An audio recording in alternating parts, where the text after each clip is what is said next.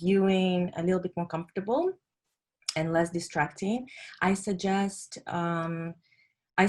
you turn off your videos and mute yourself if you haven't yet.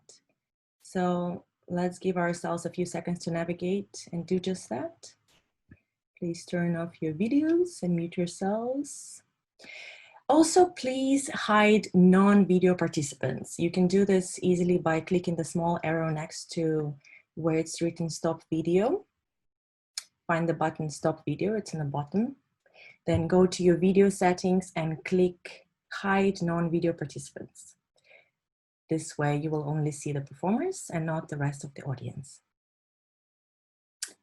Okay. And if for any reason you're experiencing some technical difficulties during the show, please exit and re-enter the meeting using the same link. And if you keep on having any difficulties, please contact our tech support. That's all from me. Please enjoy the show and stay behind to ask us any questions. And the first piece of today is Killing Pastor Steve by 𝗀𝗶𝗆 Foster, performed by Caroline Heinley. Please everyone switch off your videos.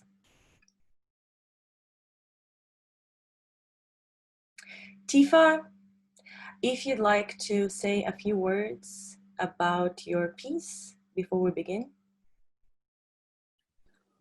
Yes, I wrote this. Hi, it's good to see you. Good to see you again. Yeah, I wrote this, and it's really funny because this is a very southern piece from Southwest Louisiana, which is where I'm originally from. And yes, I just wrote it as parts are true, parts about people asking me what I wanted to be when I grew up, and surprising people with my answers and not realizing what I was saying. And so I sort of just riffed off of this, but no actual pastors were killed in the writing of this monologue. Thank God. Thank you, Tifa, for sharing. Okay, let's turn our videos and Caroline, take it away.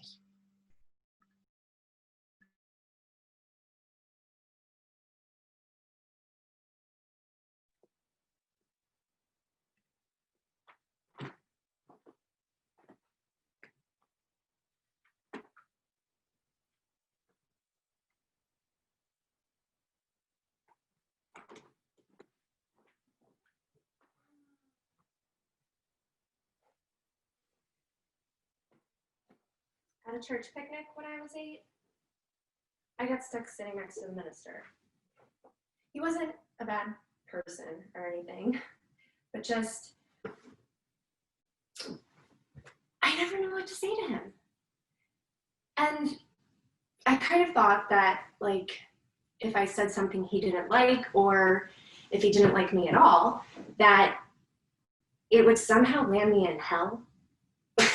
Which really sounds ridiculous now. But when I was 8, I had this idea that ministers had this type of like in with God, where like, if they didn't like you, then they would write down on a piece of paper that you should be someone that should go to hell. And then God would like read it and take it into consideration, you know, that kind of thing.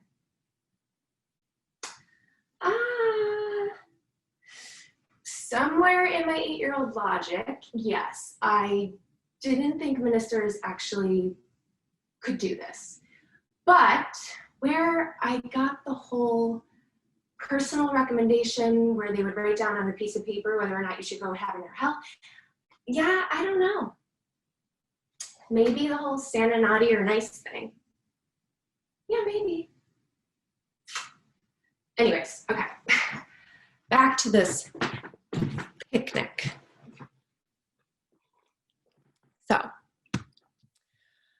I remember watching Pastor Steve, as we called him, lick his thumb,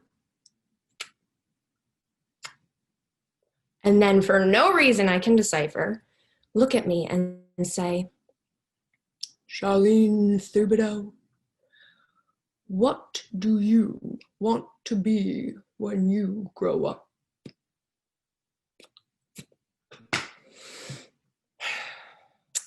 Now, adults have asked me this horrible question many times in my life, and I've always given a regular answer like a veterinarian or an acrobat or a chef. But considering I was talking to Pastor Steve here, I figured I had to give a really special answer. So, you know, because I figured, you know, I needed to like up my chances of getting into hell or heaven, or at least not get into hell. But, okay, my mind drew a complete blank. I couldn't even remember my standard answers. So I just sat there while the question, what did I want to be when I grew up, flapped around my brain like a panic bird that had accidentally flown into a house. And the more I tried to come up with an answer, and the harder, the more panicked this question flapped around in my brain. Because I was suddenly sure that God was testing me. And I was sure that if I said the wrong thing, or if I didn't say anything, that my name was definitely going down on this piece of paper, and God would suddenly be considering sending me to hell. But suddenly it hit me. And I knew exactly what I wanted to be when I grew up. And I was so happy because I knew I had found my calling. I just knew, without a doubt, exactly what I would be when I grew up. I knew how I was going to help the world and make it a better place, and I felt the whole reason that God had me get stuck sitting next to Pastor Steve at this picnic was so I would know what my calling was. And I could start right then. Yeah, so maybe Pastor Steve had been writing those sermons all along, and maybe God really did have a plan for me, and maybe my life really did have a divine purpose of love. Maybe Jesus really did love me. At that moment, I was so sure I was witnessing a truly holy moment in my life, something I would tell my children and my grandchildren about, and they would later ask me, Charlene, when did you know who you wanted to be? So I sat up a little straighter and I looked him right in the eye and I beamed my biggest smile because I knew that as a man who was always preaching about loving your neighbor, he was going to really like this. I just knew it. And so I said, with the purest conviction I've ever said anything, I want to be someone who makes love to all the sad and lonely men in the world when I grow up. I want to teach them about love and inspire them to overcome their fear of heights and climb fire escapes. Like the character in the movie Pretty Woman, Julia Roberts' character. And, I want to do what she does. I want to be her when I grow up. I want to drive sporty cars and kiss people and snuggle with them and stay in nice hotels and wear pretty dresses and go to the opera and take bubble baths and just have fun with them, make their lives better. Right? Love your neighbor. It was such an incredible moment in my life. I had never felt that kind of sheer ecstasy and joy as I had right then, sitting there telling Pastor Steve exactly what I wanted to be when I grew up. And as I waited for him to smile back at me, I was sure I was going to get a nod in approval. Maybe he would pat me on the shoulder. Maybe he would, as soon as I told him what I was going to be, he was going to get up and write on a piece of paper, Charlene 𝗀𝗶𝗲 should definitely go to heaven. I was sure I had it made. I was in, baby. Never again would I worry about going to hell. I had passed the ultimate test at only 8 years old. I was so proud of myself. The minister had asked me a difficult question, and I had delivered a phenomenal answer. But yeah, well, not so much. Instead of that smile, I was so sure he was going to beam at me. He pointed his finger and got right in my face.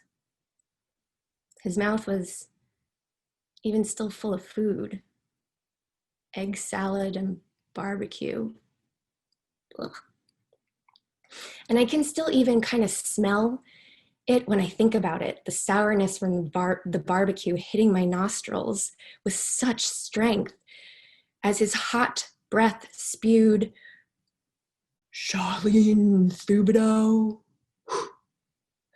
you're going to hell being like that.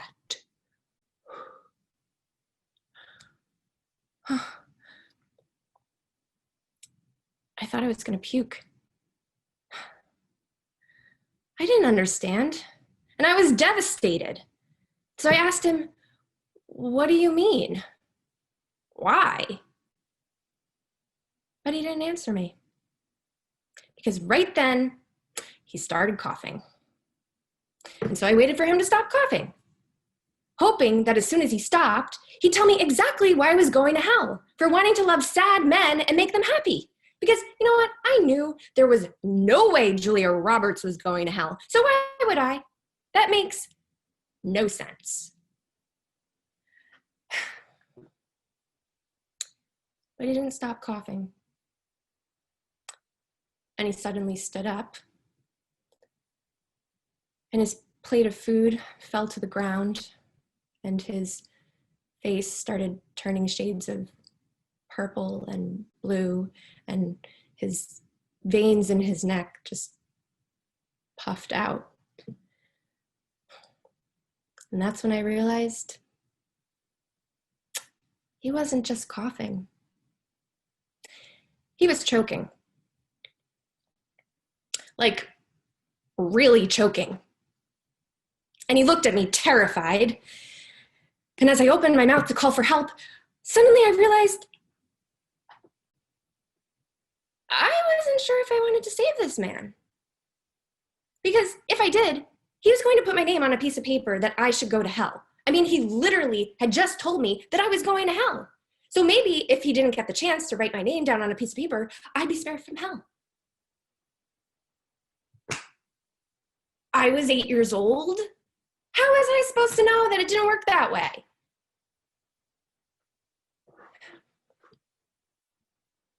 But then I realized that maybe if I did call for help, maybe he'd change his mind and be so grateful to me for saving his life that he would write down on a piece of paper my name.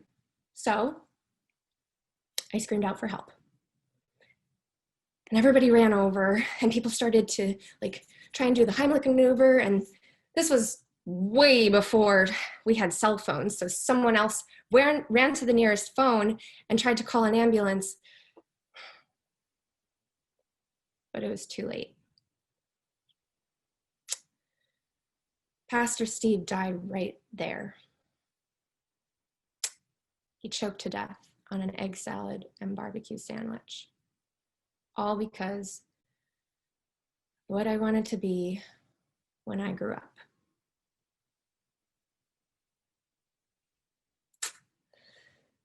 I didn't speak for 3 weeks after that. I was terrified that I might actually kill someone else just by speaking the truth. My parents thought I was struck with grief, but really I was just convinced that now I was really going to hell because I was officially now a pastor killer. All that time I had spent worrying about my name going down on a little piece of paper, yeah, that seems silly to me now. Because now I was sure he was actually up in heaven watching me, declaring to God that I definitely belonged in hell.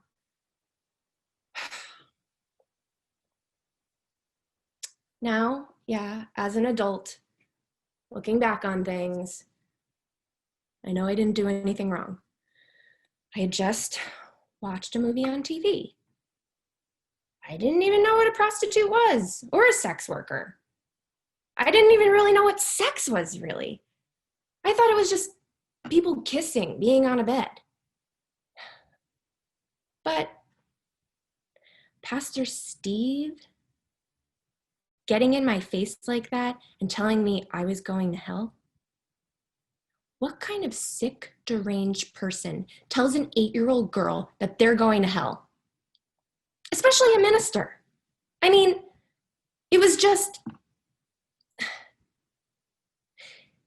wrong on so many levels. But I guess it was a good lesson to learn as a kid. Because that's where I learned that for the most part, when people ask you a question, yeah, they're not really interested in hearing the truth. What they're looking for when they ask you a question like that is for an answer like, that's gonna make them feel good. Like they're somehow a good influence on you. Humans are weird like that, aren't they? So from that day forward, I became very careful about what I said to anybody about who I was or what I wanted to be in life. And I made sure to never say anything shocking or even remotely honest. And basically, I just stopped talking altogether. I mean, yeah, I'd answer a question if someone asked me directly. But even then, I was really careful. And if anyone asked me what I wanted to be when I grew up, I told them a doctor.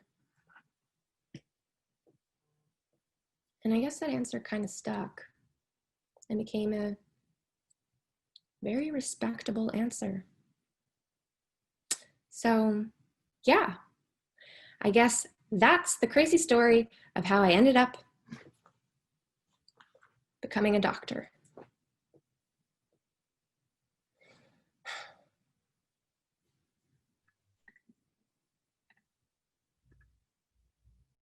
Great. Thank you so much, Caroline. Let's give her a round of applause, our Zoom applause. Thank you, Tifa, for sharing your story. And our next piece is Vision Quest by Molly Kirshner, performed by Alexandra Kohler, 𝗀𝗶𝗆𝗀𝗀, and Ross Kaplan. Molly, if you're here, would you like to say a few words? Just unmute yourself. I would love to. So this play, by no means autobiographical, was written in the spirit of extreme silliness. Which is great. And I can't wait to see what you guys do with it. Yeah, so let's jump right into it.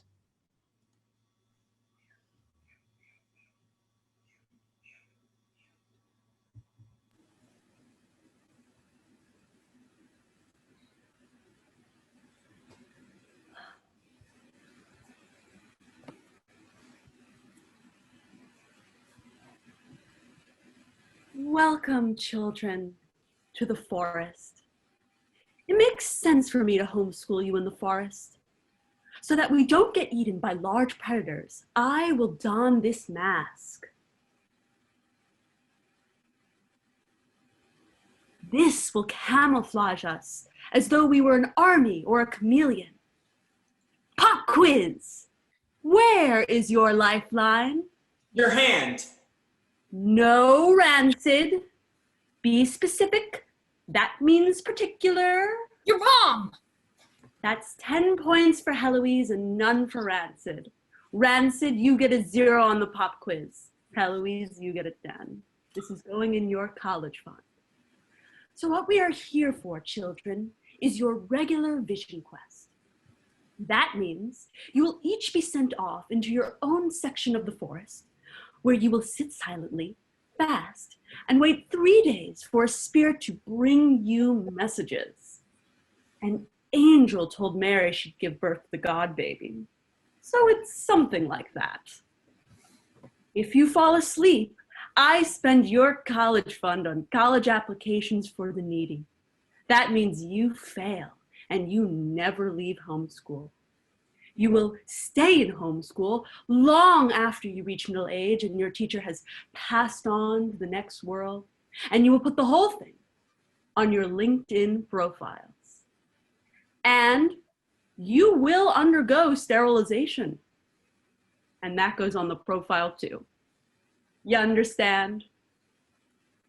We understand better than a genius with tenure. Good.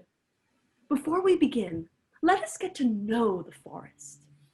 Below you is grass, and these are trees. Trees reproduce by rubbing their bark against each other and releasing loud cries. Write this down. This earth has a problem. Too many trees. It means people can't breathe, which means they can't pay their taxes or take bubble baths for that matter. There are a lot of things you can't do if you cannot breathe. Name one. Garden. Fly a plane. Schooled goldfish.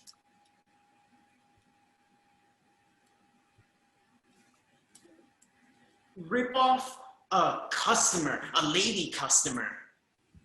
Well done, children. You two are regular Deepak Chopras.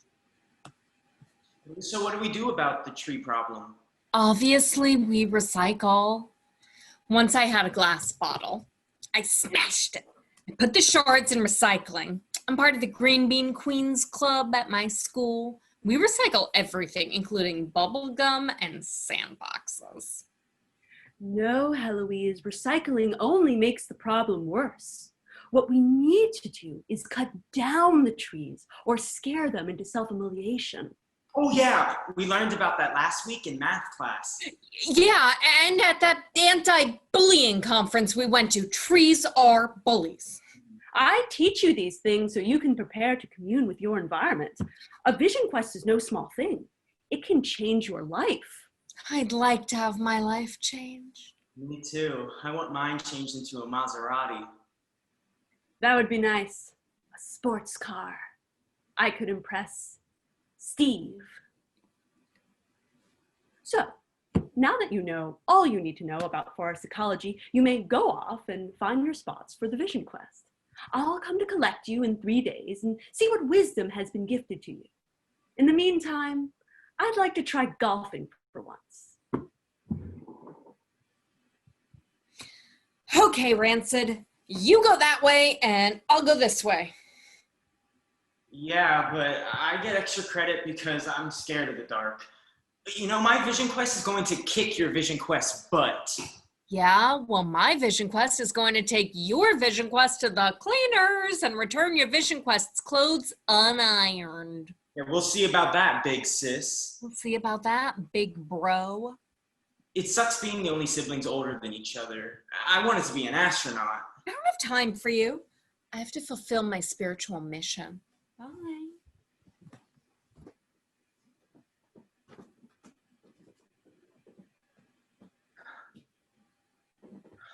Oh, so it's you. I've heard all about you. The way you suffocate people who don't even want to be suffocated. I've heard you're a bully, and I know what a bully is. I also know what the word parsimonious means. Yeah, I'm here to cut you down and save the earth. Unfortunately, I don't have a saw, so I'm gonna have to scare you into buying matches and gasoline at the corner store and setting yourself on fire. Yeah, I'm gonna have to do this the old-fashioned way. So, once upon a time, there was a grandpa, and it was a windy day outside with no nightlight. And the grandpa had a dog, but the dog didn't have a nightlight, didn't know his state capitals, and couldn't bark on pitch. Because of these failings, the grandpa bought a pitchfork and a nice set of kitchen knives, hoping one day he'd learn to cook. There were no cooking classes offered in his rest home. It was a shame that there were no cooking classes offered in his rest home. But then there was this ghost with no family and no college education. And this ghost would haunt the grandpa till one day the grandpa called the police on the ghost. But the police said that unless the ghost enthusiastically agreed to go to prison, they couldn't bring the ghost to prison. So the grandpa worked very hard coming up with pro and con lists for why the ghost should go to prison, to try to convince the ghost that prison would be like the good old days with bagpipes and cheap wine and whiskey. But the ghost insisted that it would have a very difficult time finding a job after prison, as there are so few reentry services for convicted felons. Ooh, it's scary. Fine, stand there. I'm not scared of you. You couldn't scare a microscope. That story was bone-shuddering. It was wrong on so many levels. Yoop is very disappointed in the type of behavior behaved around here. Yoop has worked for IBM, and now Yoop reads tarot cards for a living. Yoop would like to introduce himself. It's the messenger! We're going to give birth to Christ. 𝗀𝗵 has come to give readings. Which one of you wants a reading? I do. 𝗀𝗵 charges $20 a card and 𝗀𝗵 does the Salta cross spread. I don't have any money. Then you can be 𝗀𝗵's slave for life. That sounds fair. See, Rancid, I haggled. Shuffle the cards. Now give me the cards. Let's turn over the first card. Sword. That means pain. You will suffer. You will cry and cry and cry and cry and cry. You should try being a stuffed duck. 𝗀𝗵 never cries. Now, the next card. This represents your environment. Cups. That means you will purchase a nice kitchen set, including fine china, and give it to 𝗀𝗵. 𝗀𝗵 lives on Coventry Road in a nice big brick building. 𝗀𝗵's landlord is a concert pianist. So what's my future? Your future. Oh, yes, your future. You will serve 𝗀𝗵 every day, and then you will marry a handsome man after going on a date to the carnival and winning 𝗀𝗵 his own stuffed duck. You will watch the news. You will have a baby who is not the Christ baby, but who is kind and serves 𝗀𝗵. You will live a long, healthy life tending to 𝗀𝗵 by combing his fur and serving him hot vegetable lo mein. You will acquire good karma, and God will give you courtside seats on the basketball court of heaven. Patrick Ewing, LeBron James, Steph Curry, Kevin Durant. But you didn't even finish reading my cards. What's my future? What's going to happen to me? You will write grants for 𝗀𝗵, so 𝗀𝗵 can pursue his modeling career and give up witchcraft altogether. You will answer 𝗀𝗵's fan mail. You will provide reliable transportation and childcare, should 𝗀𝗵 ever have ducklings. I bet you're not even a witch. I bet you're a fraud. 𝗀𝗵 is not a fraud. 𝗀𝗵 is a duck. 𝗀𝗵 already told you this.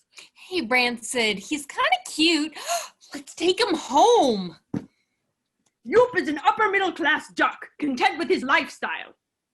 𝗀𝗵 will not suffer the indignity of a kidnapping.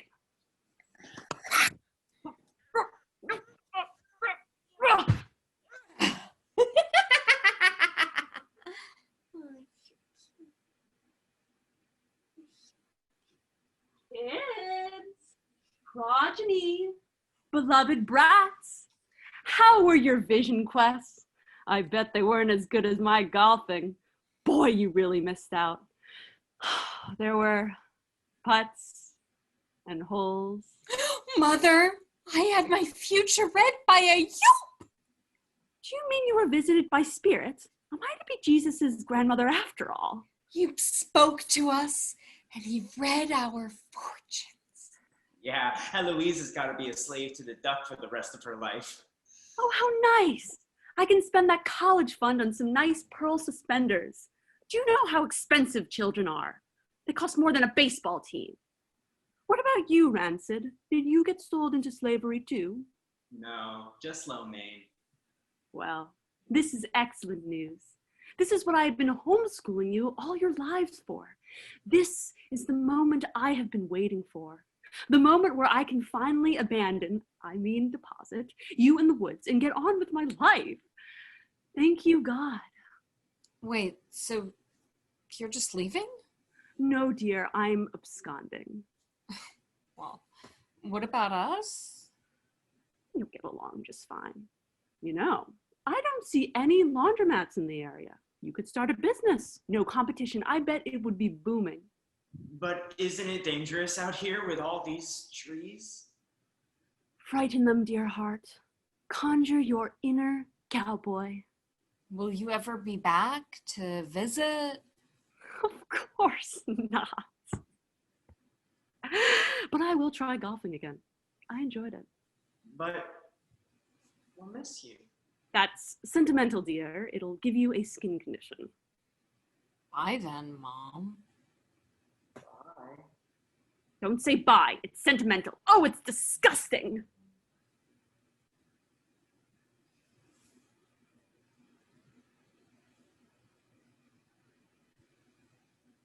𝗀𝗵 sure is glad she's gone.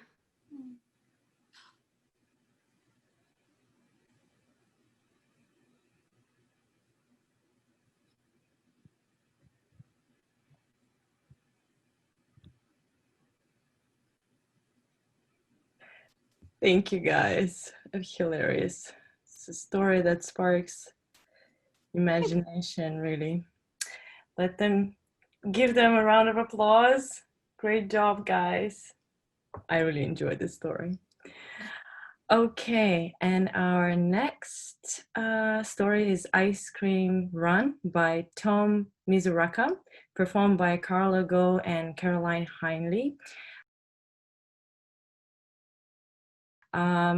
Tom, would you like to say a few words about your piece before we start?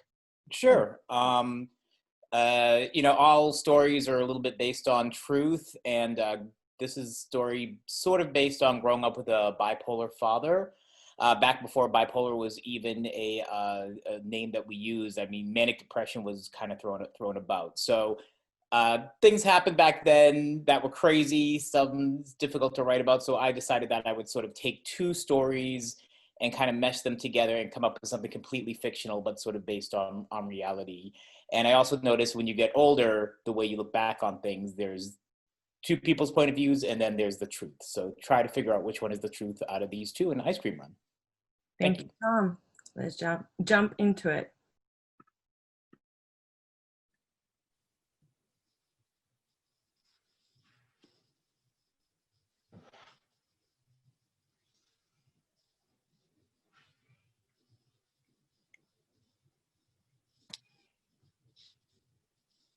My dad, yeah, he was a lot of fun, you know, real spontaneous. There was this one night in August. It had to be June. It was a warm night, but I still had school the next day. Starts flicking on and off the lights in my room, waking me up. It was like 2 in the morning. My brother was shaking me to wake up, something he used to do on Saturdays. He would sneak downstairs and watch cartoons. But it wasn't Saturday, and it was still dark out. It's this crazy idea to take us out for ice cream in the middle of the night. Mike tells me that our father is taking us out for ice cream. I was confused, but started getting up out of bed, and I can hear our father down the hall swearing at us that we're taking too long. He woke up my sister too. He scooped her up in his arms like he always did. My brother held my hand as we made our way out of the house. My mom cautiously called my father's name, and I remember him raising his hand at her, screaming, "You want me to knock you out?" Mom decided to stay home, which was fine. You know, I loved having time to bond with my dad. My sister didn't have to come, but I guess it wouldn't be fair to leave her out of the fun. He drove like a maniac through town. This was like way back in the day before we all wore seatbelts.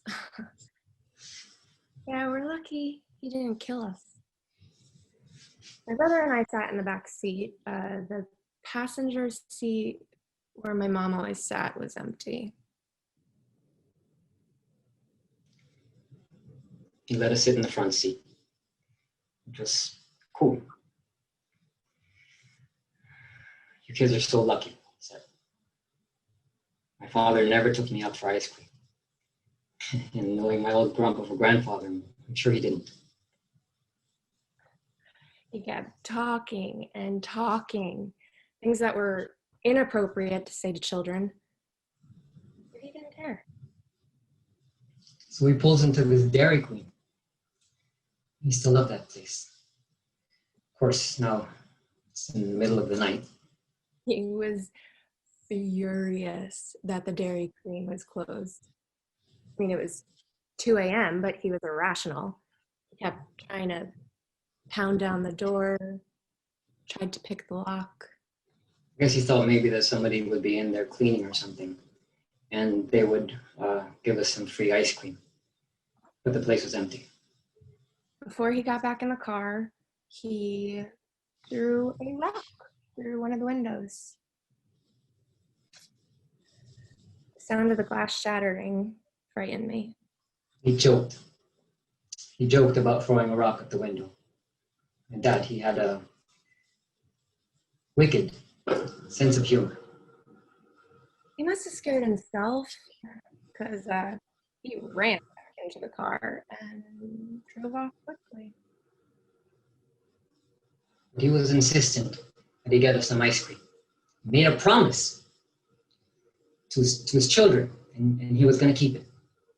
At that time, the only 24-hour convenience store was a White Hen Pantry the next town over. So my father took us there. He let Mike stay in the car and he dragged me inside.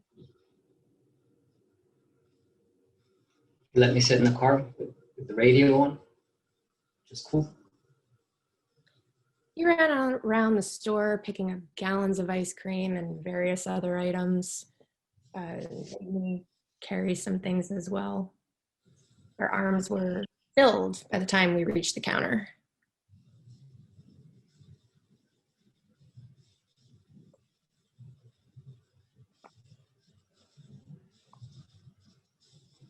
He waved at me through the glass. And he pointed at all the ice cream he was buying. He said such awful things to the Middle Eastern man behind the counter, things that were inappropriate on so many levels. And I remember he looked at me with such sad eyes. He wanted to help me, but he didn't know what to do. We made fun of the towel head who ran the store. My dad called him Alibaba or something. I know it's not so PC these days, but back then it was hilarious. He kept adding things while we were in there, toys and stuff I didn't want or need, and I'm sure he couldn't afford. Not only did my dad buy us a ton of ice cream and all the fixings, he got us toys and books too. How cool is that?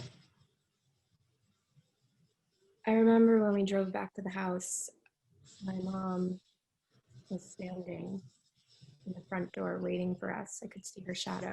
And the moment the car came into view, she vanished. Mom was in on the fun as well. She had the kitchen ready for us with bowls and spoons and even lemonade. My mom always kept the kitchen spotless. This infuriated my father. You couldn't have some effing bowls ready? And then he called her every nasty name he always called her when he was like this. Dad took over then. He scooped the ice cream into the bowls and sent them sliding across the table. He put so much ice cream in the bowl and covered it in chocolate and whipped cream and nuts. Even as a kid, it was too much. I made the mistake of telling him that I wasn't hungry. Yeah, he spoiled us that night. But it was only once in a while. He screamed at me, "Not hungry? I drove around all night and you're not hungry?" And when we were done with the first round, he served up some more. My mom came to my defense. He screamed at her to shut up and then threw a bowl at her.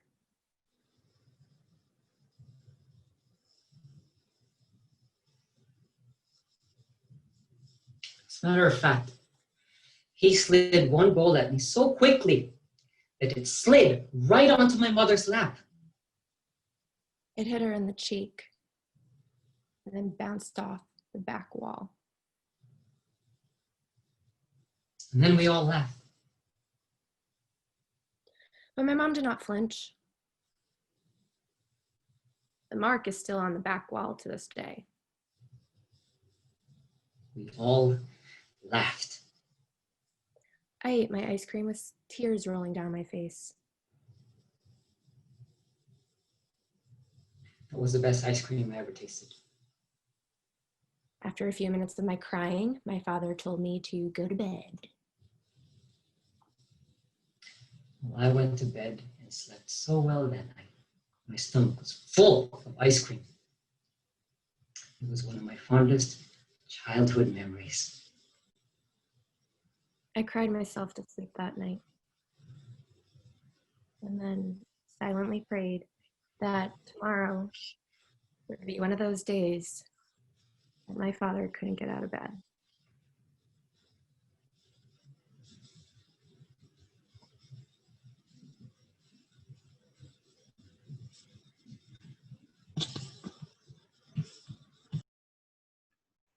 Thank you, guys.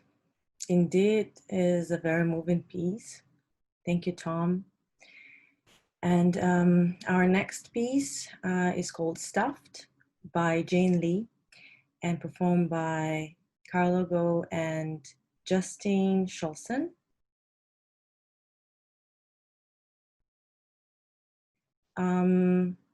Jane, a few words.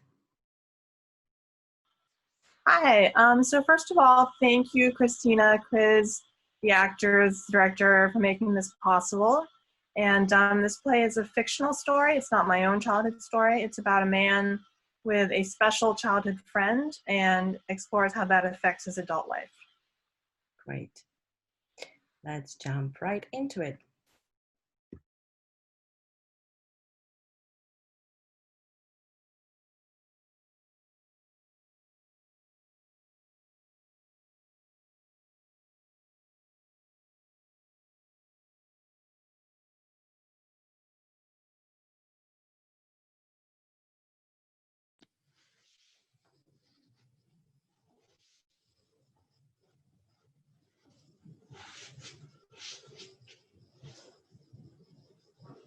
And there you have it, a complete behind-the-scenes look at our modern high-tech facility, where every day, life and death decisions are being made. The stakes are high, but rest assured that our patient survival rate is 100%. You can come back anytime, just make an appointment or walk into our 24-hour emergency room. You and your stuffed animals are always welcome here at the world-renowned 𝗽𝗍𝗆𝗃 Memorial Hospital for Stuffed Animals, the only place in the world where injured stuffed animal toys can receive state-of-the-art care and repair. And that's it, you guys. Thank you so much for joining. Exits that way. I hope to see you all soon. Bye. Bye, guys. Excuse me? I was on your tour just now. I wanted to introduce myself. I'm Bill. Ah, nice to meet you. Hope you enjoyed the tour. Oh, yes, absolutely.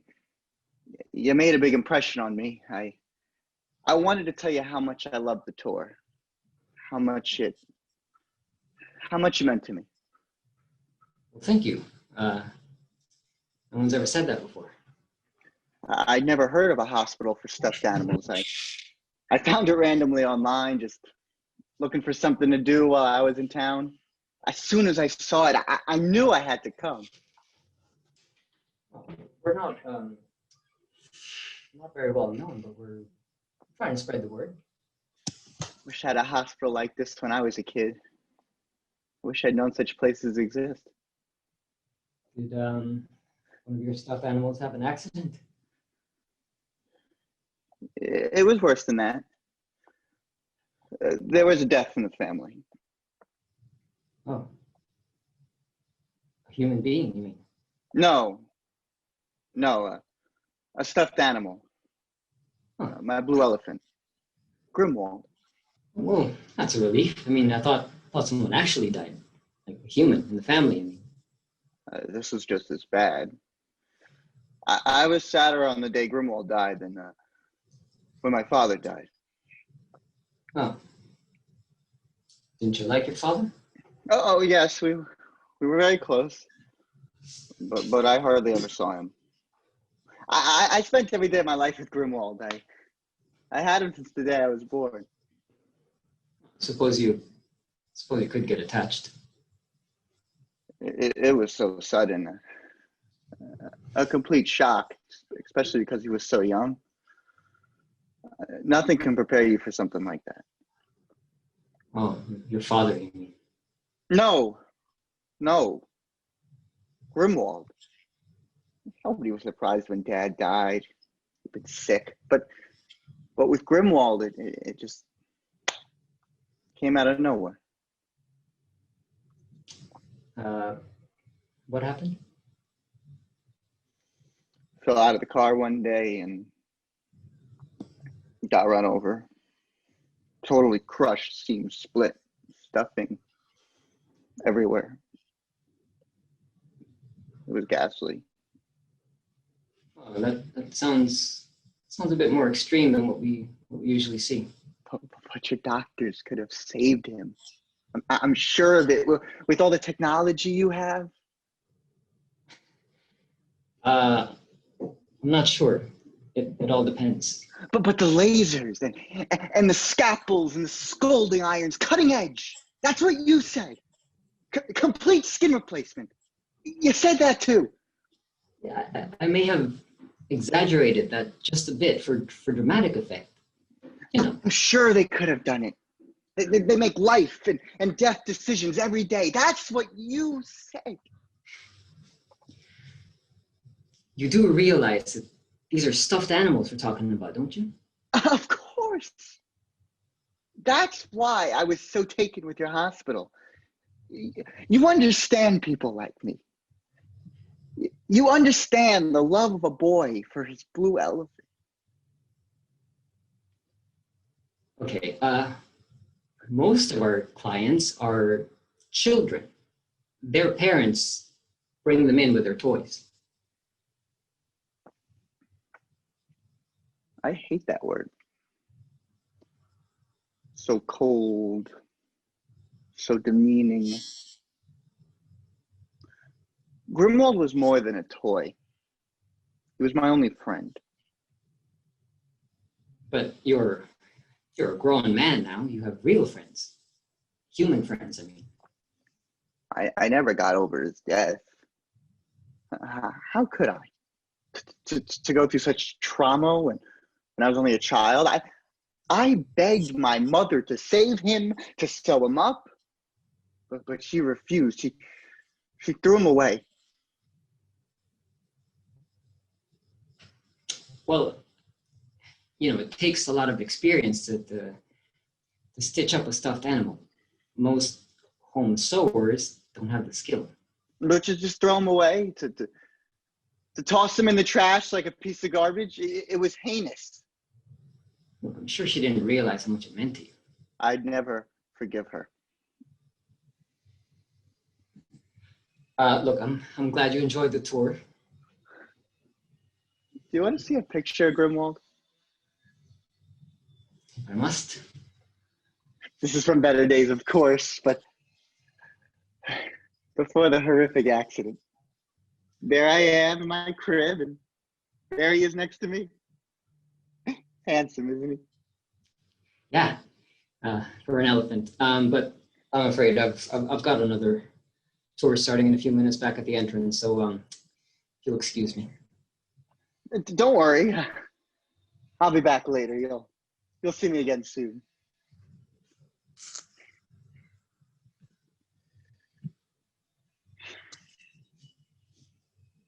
Hi. I'm busy.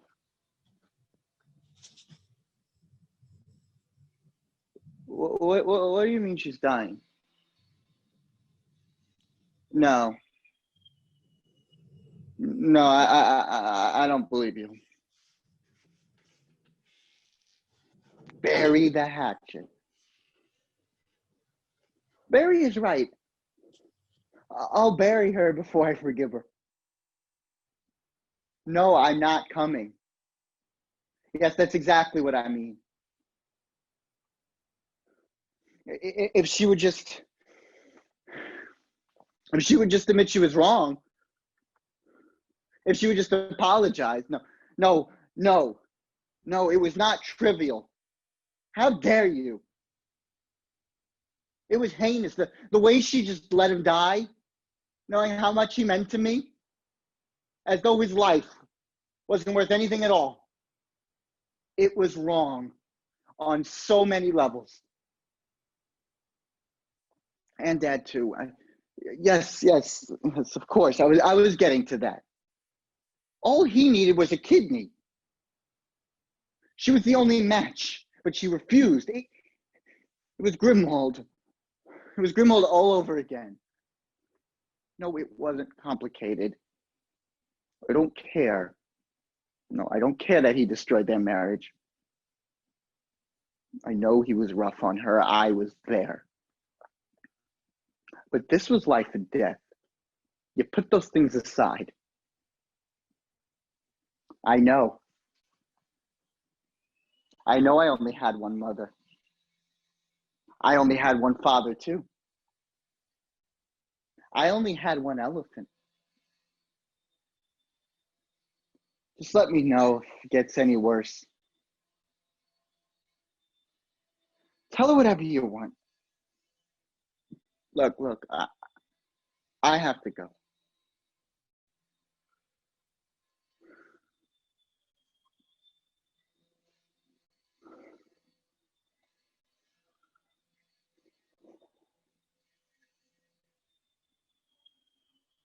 She's sick. My mother, very sick. She might even die. At least that's what my sister tells me. She wants me to go see her. I don't know what to believe. If it's true that she's dying, this could be my last chance. My sister says I'll have regrets. Maybe she's right. But I just can't do it. I won't. She let them die, and yeah, and it's my turn. It's my turn to let her die.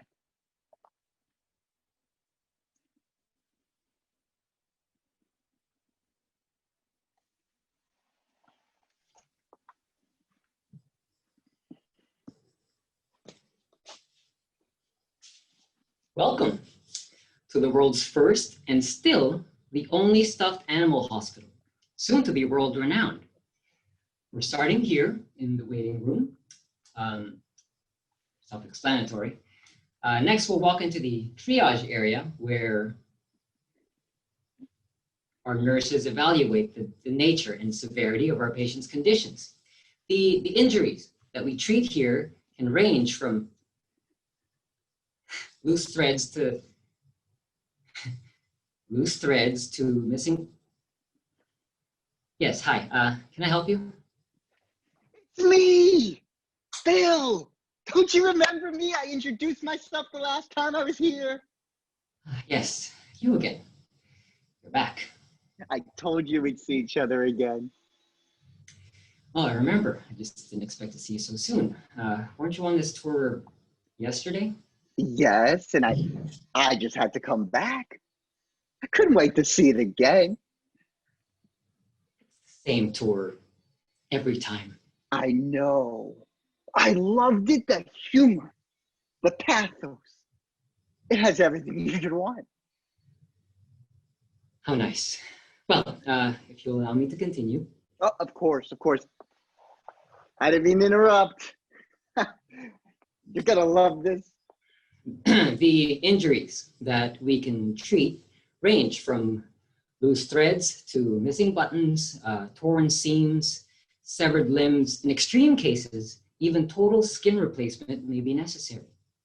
After triage, our patients head into the intake room where we check their vitals, the temperature, stuffing pressure, heart rate. Now, if the heart rate is anything greater than 0, you're in trouble. Clever, right? I just love that. Stuffed animal humor. It's the best. Thank you. You know what? Let's move on to the operating rooms.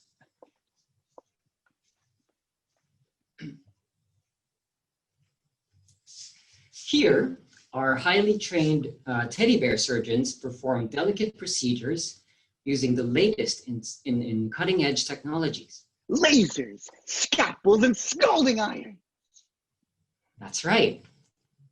As I was saying, you might think that our doctors use only needle and thread, but in fact, they have the most advanced technologies at their disposal. Next is the recovery room, where our patients recuperate after their operations. Don't forget the discharge office. And yes, last of all, the discharge office, where we send our patients on their way. That's the billing and insurance window. World-class healthcare does not come cheap, and most of our patients are uninsured. However, we're always happy to set up a convenient payment plan. And that concludes our tour. Remember, you and your stuffed animals are always welcome here at the 𝗀𝗍𝗶𝗴𝗵𝘁𝘀𝗋 Memorial Hospital for Stuffed Animals. Just make an appointment or walk into our 24-hour emergency room anytime. What a great tour. You've done it again. Thank you. I'm glad you enjoyed it. We don't usually get repeat customers. I have something to tell you. A secret. Something nobody else knows. You know, that's really not necessary. I still have them. Who's that? Grimwald. Sorry, who? My blue elephant. Grimwald. Don't you remember? I told you all about him. Showed you his picture. Yeah, I thought your mother threw him away. She did. I'll never forgiven her for it. But I went through the trash. Secretly, I fished him out and I hid him in a safe place. And I've kept him ever since. Nobody knows. I've never told anybody until you. I'm honored. He's in bad shape. Just the way he was after the car, and the years gone by haven't helped either. I thought he would never recover. Why keep him then? I couldn't give up on him. Would you give up on a loved one? And you know, I'm not so sure I would put a stuffed animal quite in that category. But you work with stuffed animals. It's your profession. You understand how I feel. Sure, I do work with them. Your hospital. It's the answer to all my prayers. All these years, I thought I would never be able to help Grimwald. But now I can bring him here. Your doctors can save him. I don't want to get your expectations up too high. I don't know what condition your stuffed animal is in. Elephant. He's an elephant. Okay. I don't know what condition your elephant is in. 100% Not every case can be saved. survival rate. You said. That's really just an estimate. You know, I wouldn't put too much stock in 100%.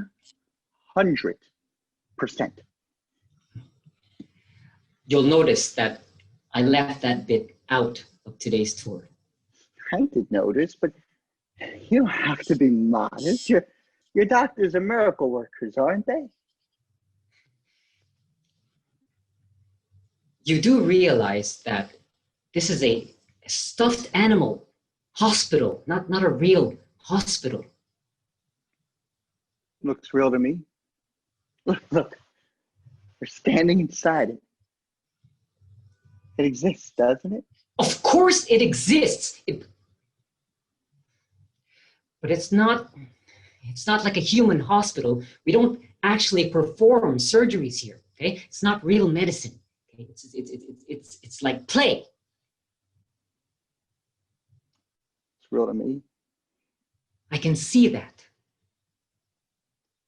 I love it here. I'm going home tomorrow. And as soon as I get home, I'm going to book a ticket for me and 𝗀𝗵𝗆𝗀𝗀 so I can bring him to the hospital and get him all sewn up. You'll see a lot of me you'll see a lot of me while he's here. Something to look forward to. I want to thank you. You've changed my life, and 𝗀𝗵𝗆𝗀𝗀's too. You've given him a second chance. You're welcome, I think. I better go now. I left my friends back at their wedding. They wanted me to see the ceremony, but I couldn't miss today's tour. Yeah, and I've got another tour to give in a few minutes. Listen, good luck with your elephant. I hope we can help him.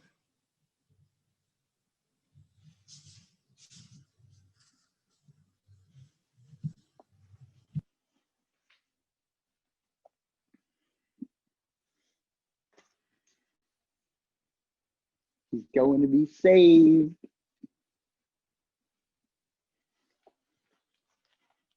They're going to save him.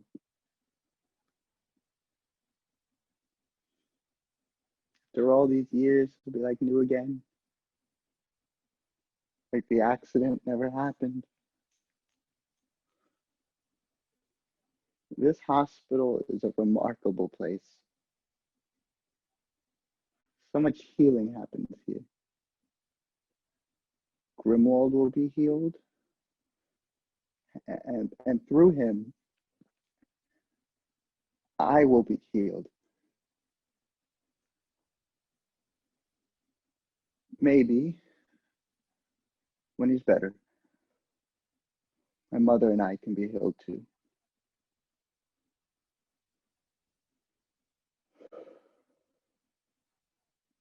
Stranger things have happened.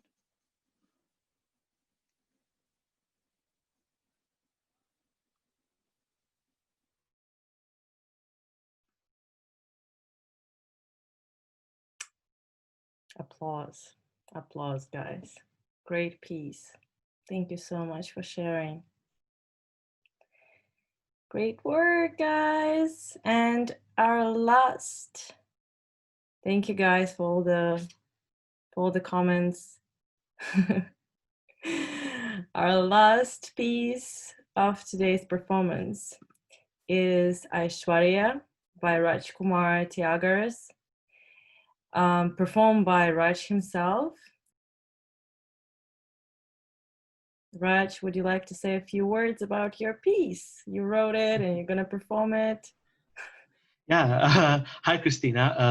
By the way, thanks for the opportunity once again. It's just, I think this piece is very personal to me, I guess because it's kind of autobiographical about my time as a little boy, just trying to adjust to my awkward childhood years and being this social wallpaper. And that's how maybe for some reason I found a connection with Aishwarya Rai, just, you know, watching her movies and feeling like all that jazz and glamour and just kind of, you know, living some excitement through that. So yeah, I hope, you know, if you want to know what Aishwarya Rai actually knows about me, then stay tuned for the piece. Great. Take it away. All right.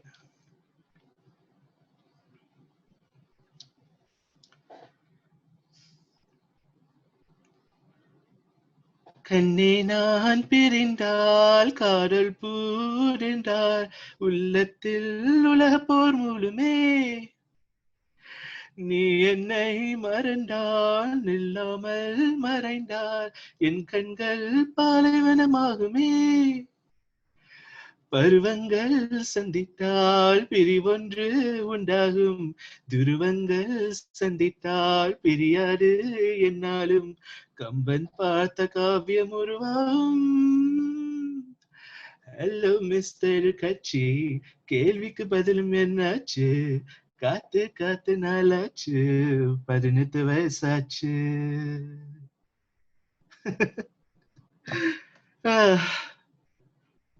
The year was 1997.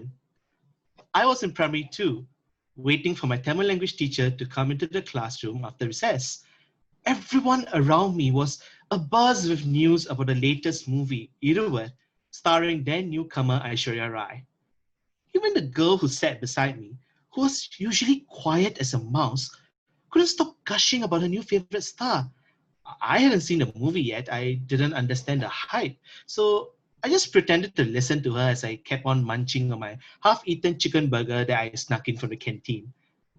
Eventually, my teacher came into class and caught my friend talking. When my friend confessed that she was talking about a new movie, and Aishwarya Rai in particular, all my teacher had to say was, ரொம்ப முக்கியம்.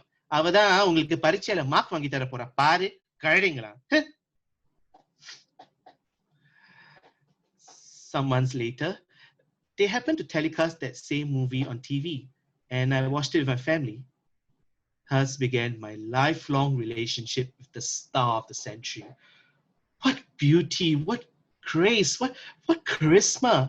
She was phenomenal in that jazzy dance number wearing that itty-bitty emerald green dress. While all the boys I knew wanted to marry her, and all the girls I knew wanted to be like her, all I could think of at that moment watching her dance on my small TV screen was, oh, she's so pretty. Who made the dress for her?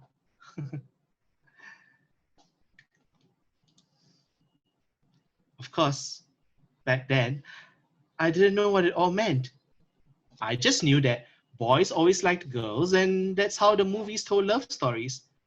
So as I grew up in my awkward childhood years, I missed out on the obvious signs, like quitting scouts to join symphonic band, being a little too eager to play the ugly stepsister in the school play and borrowing my aunt's dress for the role, sucking at taekwondo classes when I really wanted to learn Bharatanatyam, telling everyone I liked Backstreet Boys when I was actually listening to Britney Spears. Yes, toxic is a guilty pleasure that I shamefully admit. Being better at skipping and playing 5 stones than my sisters, being better at matching jewelry to saris than my sisters, being better at decorating and gift wrapping than my sisters. Yeah, you get the idea. I should have realized then. It was wrong on so many levels. But at that age, I didn't think about psychoanalyzing myself as I secretly tried on my mother's saris. And yes, trust me, every Indian boy has gone through that phase, okay?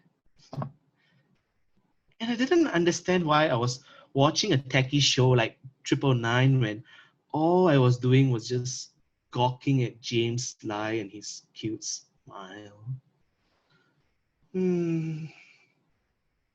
Oh God. All I wanted to be at that age was to be just as glamorous as Aishwarya Rai. Because people like me, with my looks and body, we weren't supposed to be prancing around demanding to be the center of attention. We were supposed to sit in the background, earn good grades, and study hard and prove our worth to the world. So I lived vicariously through her movies, from her glammed up con artist act in Jeans, the feisty girl next door in Kandu Kondain, the naive love-lorn village belle in Hum Dil Se Chuke Sanam, and the resilient queen in Jodha Akbar. And of course, her award-winning turn as the tragic Paro in 𝗀𝗏𝗃. You know, everyone always claims that it was Shah Rukh Khan's performance that made the movie, but I would argue that it was her heartbreak, her ethereal presence in flowing saris that sealed its fate as a blockbuster. I identified with her pain, her loneliness, her silent stubbornness in choosing to love a man beyond repair, and her wanting to be rescued from her fate. In fact, I began to identify more and more with the heroines in the movies, waiting to be rescued from their humdrum lives by their strong and charming heroes. I should have realized it, should have recognized it back then and there that I was not like other boys. I was not that knight in shining armor. but a damsel in distress waiting to be rescued. Well, there were gentle reminders at points in my life by people who saw something in me that I had not seen or had learned to hide when it became apparent, when I didn't understand what it was yet. Like, for example, my childhood bullies who commented on my effeminate mannerisms and slapped my fat butt to see it bounce whenever I walked by. Nikan, laciku malai lo. San, si, aqua, chao, tapaqua, si, aqua, chao, tapaqua, si, aqua, chao, tapaqua, si, aqua, chao, tapaqua, si, aqua, chao, tapaqua, si, aqua, chao, tapaqua, si, aqua, chao, tapaqua, si, aqua, chao, tapaqua, si, aqua, chao, tapaqua, si, aqua, chao, tapaqua, si, aqua, chao, tapaqua, si, aqua, chao, tapaqua, si, aqua, chao, tapaqua. Chowta, Pakwa.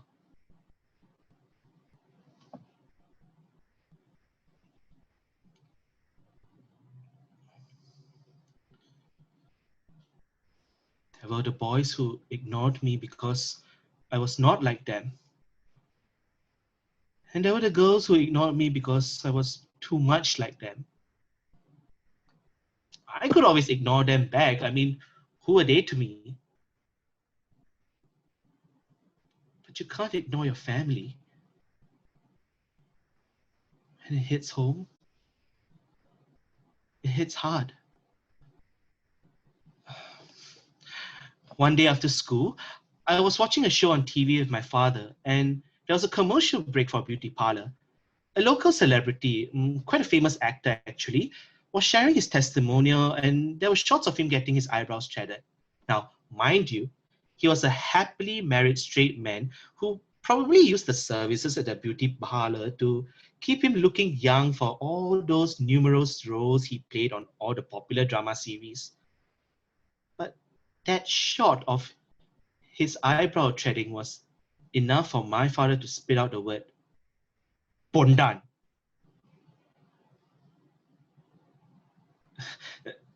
It was not a surprise that my father is homophobic. He has not really made a secret of the fact. That was not the issue. It's one thing to hear Bondan coming from the neighborhood kids at the playground, or the occasional Anjali Kupai hanging out at your void deck, just tossing that word at you like a casual greeting, you know? But it was quite another thing, hearing it from your own father, even if he didn't mean to aim it at you. It felt like a rock that he could have just picked up from the side of the road and thrown at me, causing a bloody gash to run down my face. It hurt. It hurt so bad that I felt this acute pain in my chest, and I was so scared that my obesity had finally caught up with me and that I was going to get a heart attack and die right there on my living room floor, right there in front of my disapproving father. If he could pass judgment so quickly on a complete stranger, then what did he truly think of his only son, who wore makeup occasionally for school shows, who was so fussy about the outfits he wore for family functions, who always picked out the sari blouse designs for his mother? The hurt intensified when he went on to say that such bondans should be made illegal by law. Now, if Aishwarya were to be in my shoes, she would have made an eloquent argument that there was already such a law in place that made people like me miserable. She would have made scathing remarks about the narrow-mindedness of men and fathers alike. She would have at the very least made a passionate plea for equality and asked my father to open his heart. But I did not have the beauty or grace or courage like her. I did not have the balls to face my father. So I feigned an excuse, ran back to my room and locked the door behind me and just waited until the burden in my chest lessened. It was only later on that evening when I rewatched 𝗽�ស៊𝗆𝗲 for the 20th time on my laptop that I finally realized what I was. Or to put it more accurately, the part of myself that I had to guard more closely in front of my family. As I watched 𝗽𝗹𝘆𝘀𝗲 rounding down the steps of that grand mansion in her long white sari, desperately trying to reach the closing gates to see her dying 𝗽�ស៊𝗆𝗲, it felt as if she was coming for me, reaching out to me with her henna-stained hands, calling out to me for dear life, as if she was about to reach beyond the gateway of the internet to rescue me from my plight, to let me know that it was okay for me to be me. She was my Judy Garland, wrapped in an elegant chiffon sari. Before I grew up into a man and learned about cie~h𝗹𝗶𝗴𝗶𝗴 and Grindr and heteronormativity and toxic masculinity and all that jazz, before a time when I was just a little boy trying to play in his own little dream world, she knew. Aishwarya Rai knew who I truly was.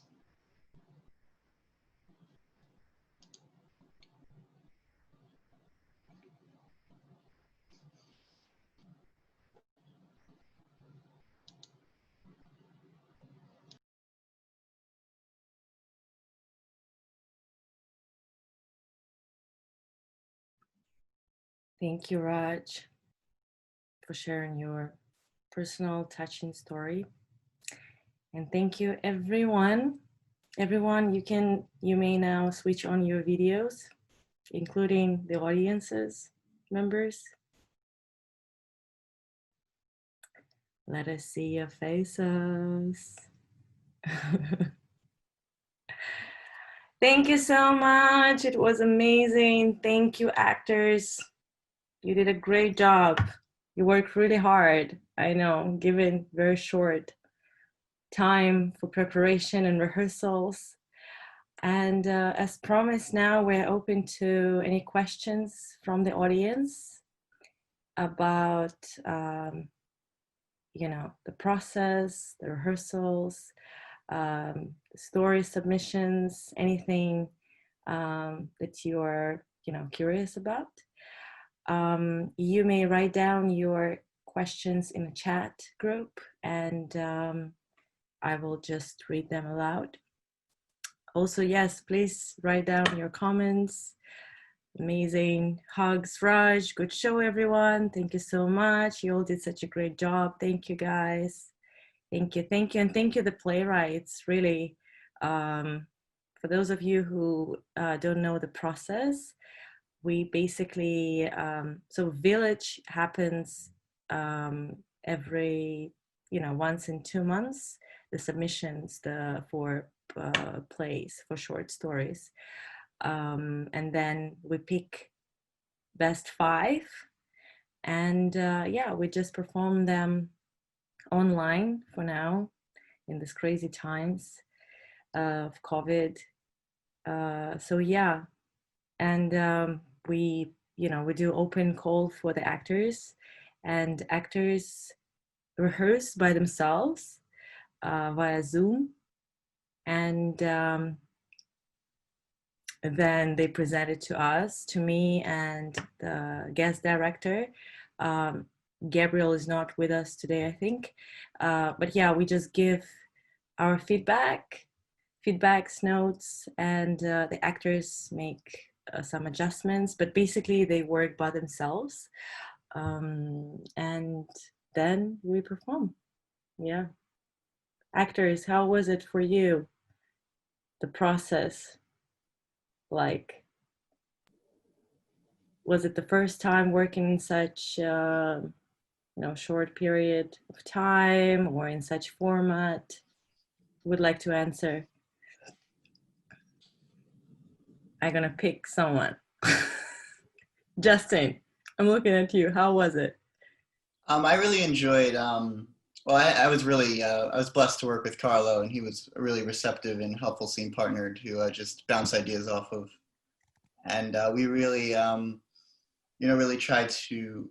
It's interesting with Zoom because these plays are written for the stage, and you kind of still have to keep in mind that there's a camera and that this is a weird hybrid of cinema and theater at the same time, because there's the camera still picks up on you the same way a camera would. So me and Carla really tried to create a space and a environment that was alive and had a continuity between the two of us. But yeah, it was really exciting to take on that challenge of translating a piece written for the stage to this platform, and that was Okay, thank you.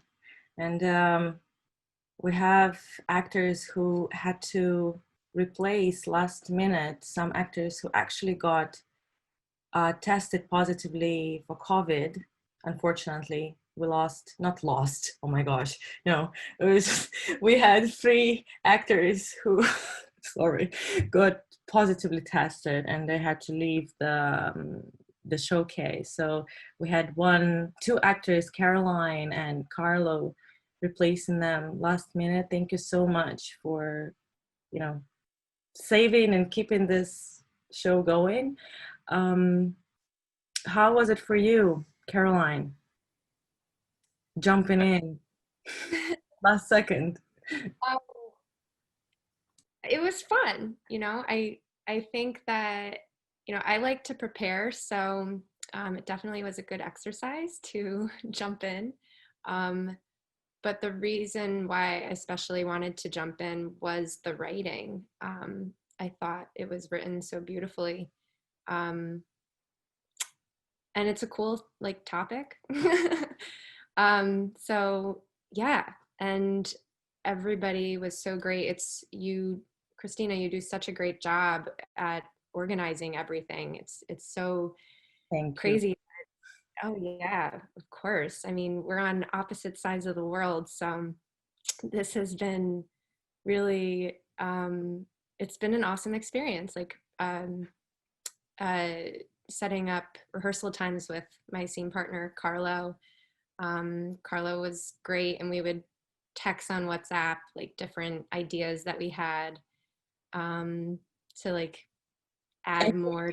For you and Carlo, it was crazy time difference as well, because you're in the States and Carlo's in Hong Kong. It's what, 15, 12 hours difference. Most of our actors are from the States, actually. So thank you for your commitment. And a question from the audience to the actors. Do you think it was harder or easier via Zoom to portray the characters?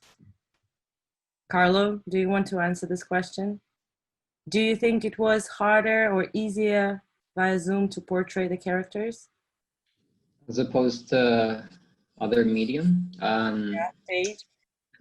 I think, I don't know, I don't think it made that big of a difference, because whether you're in front of someone live or in front of a camera or in front of your laptop, you're still sort of doing a similar thing.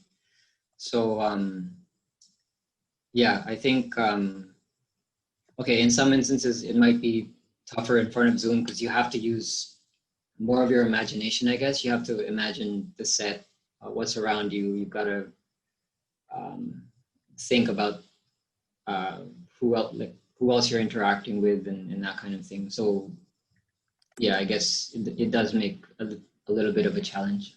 Yeah, and I think I was very particular giving directions to the actors. Use the space, use your bodies in the space.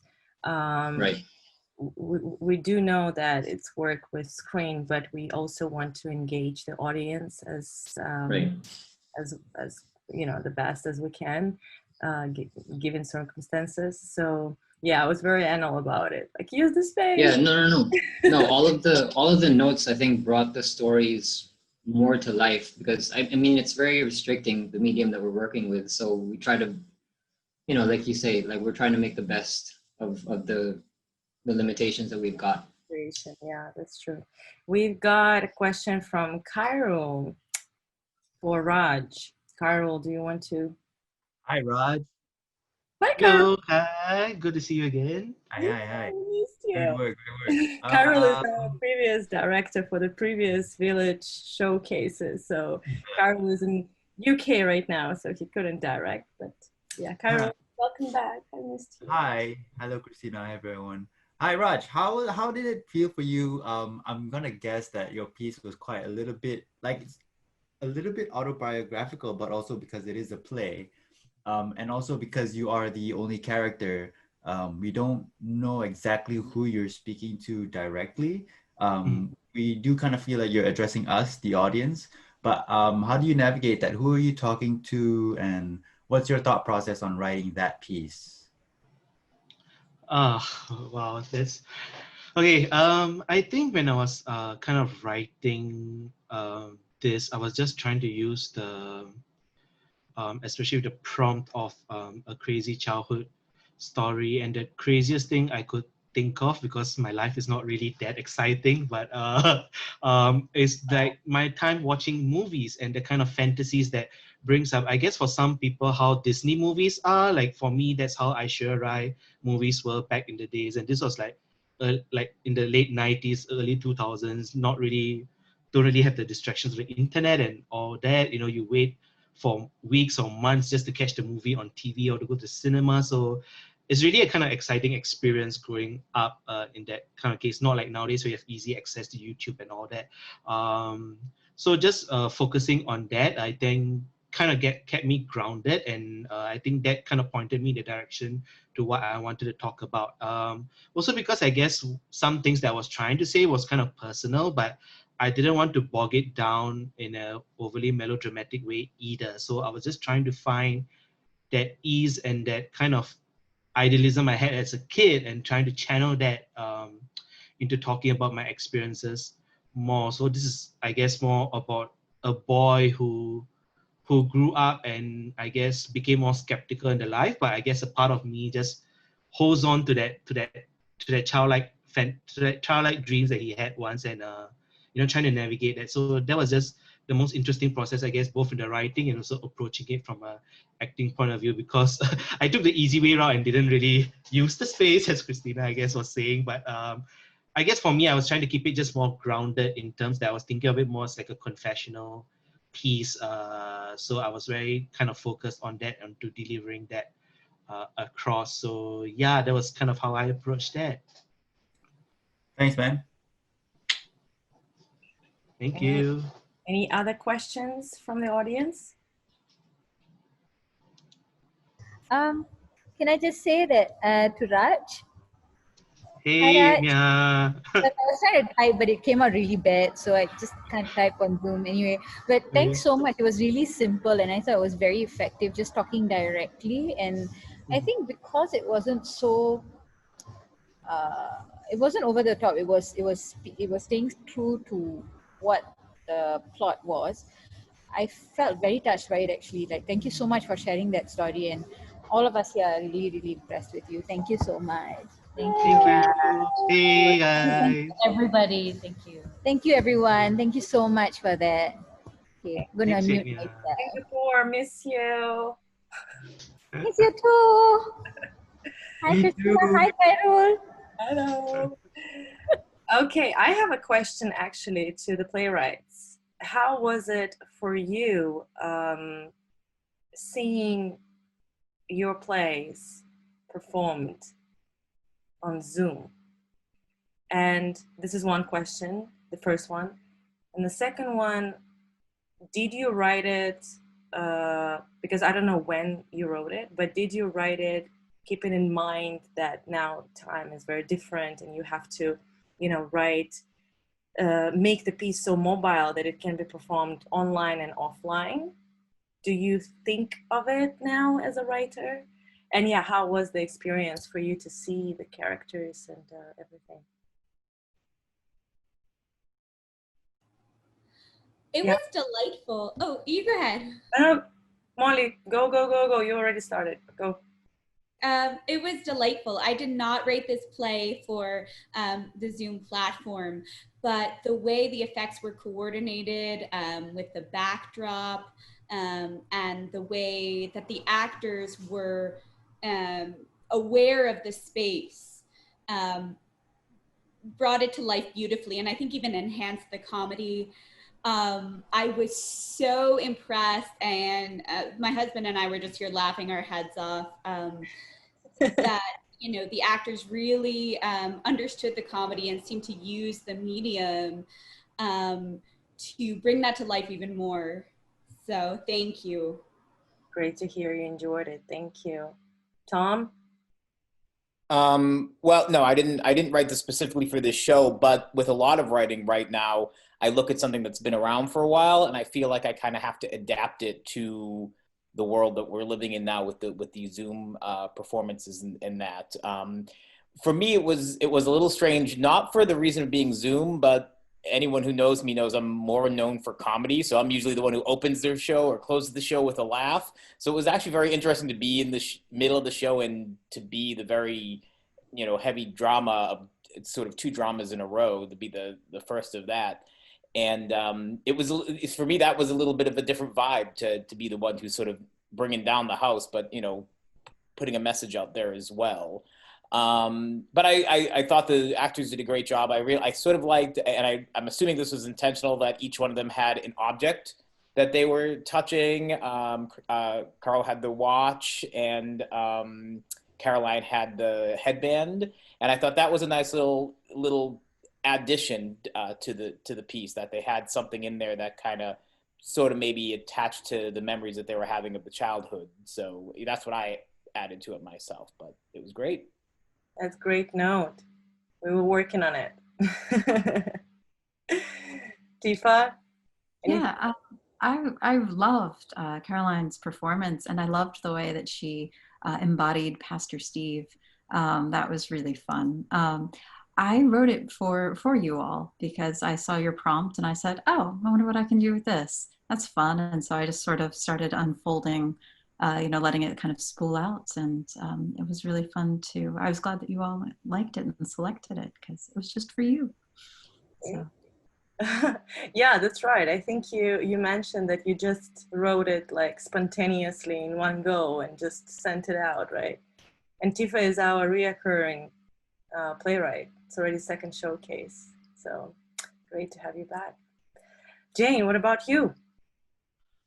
So I did not write this play specifically for Zoom, but I thought it was adaptable to Zoom because it doesn't really have a lot of set requirements.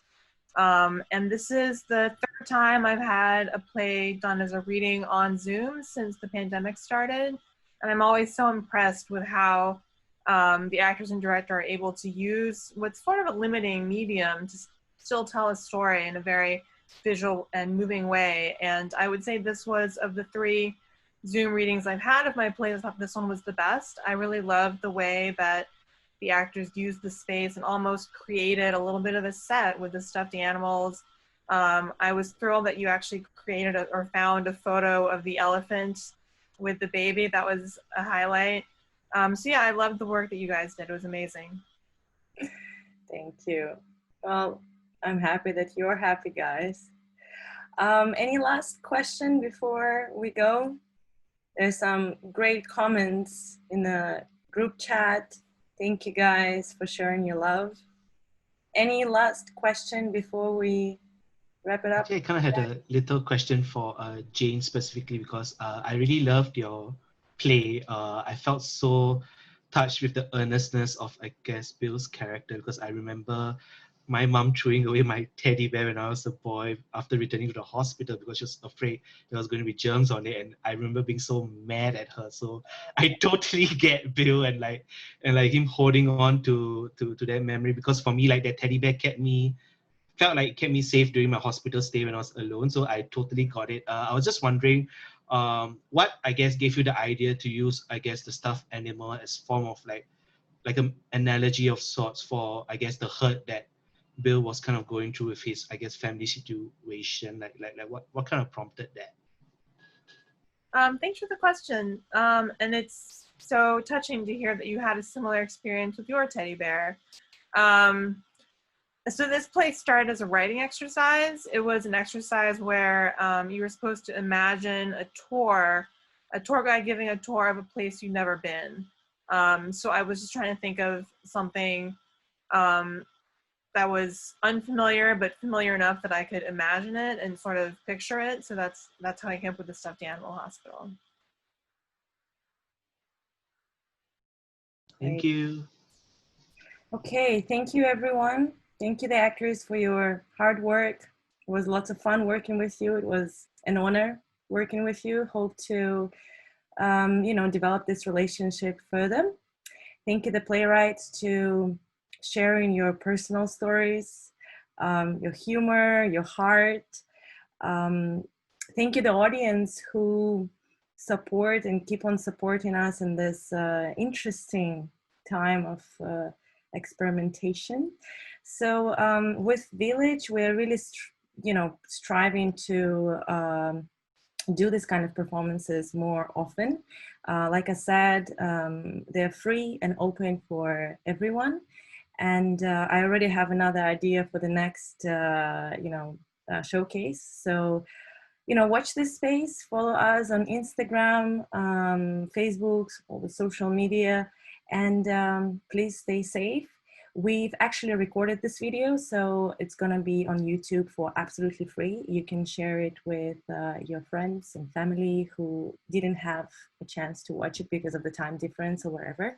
And yeah, thank you so much for your support, and have a good day, morning, night. I'm going to sleep.